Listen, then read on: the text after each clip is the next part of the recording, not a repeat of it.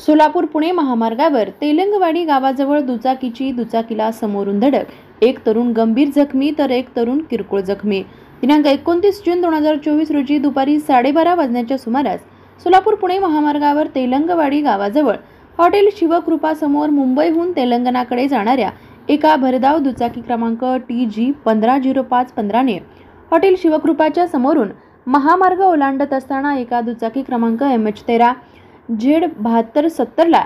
समोरून जोरदार धडक दिली असून या अपघातात एक तरुण गंभीर जखमी तर एक तरुण किरकोळ जखमी झाला असून सदर दोन्ही जखमी झालेल्या व्यक्तींना वरवडे टोलनाका येथील रुग्णवाहिकेमधून सोलापूर येथील शासकीय रुग्णालयात एक तरुण आणि सोलापूर येथील खासगी रुग्णालयात एक तरुण पुढील उपचारासाठी वरवडे टोल प्लाझा येथील डॉक्टर महेंद्र ताकतोडे आणि रुग्णवाहिका चालक श्री सागर फाटे यांनी वरवडे टोलनाका येथील ग्रस्ती पथक आणि मोडणी महामार्ग पोलीस मदत केंद्राच्या कर्मचाऱ्यांच्या मदतीने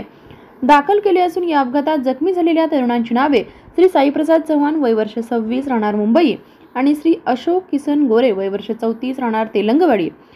तालुका मोहोळ येथील रहिवासी आहेत।